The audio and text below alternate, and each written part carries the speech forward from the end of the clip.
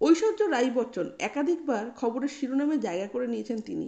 অনেকেই যেমন তার অভিনয় ও রূপের প্রশংসা করেন, তেমন অনেকেই রয়েছেন যারা এক কথায় তার নাম শুনলে বিরক্ত প্রকাশ করেন।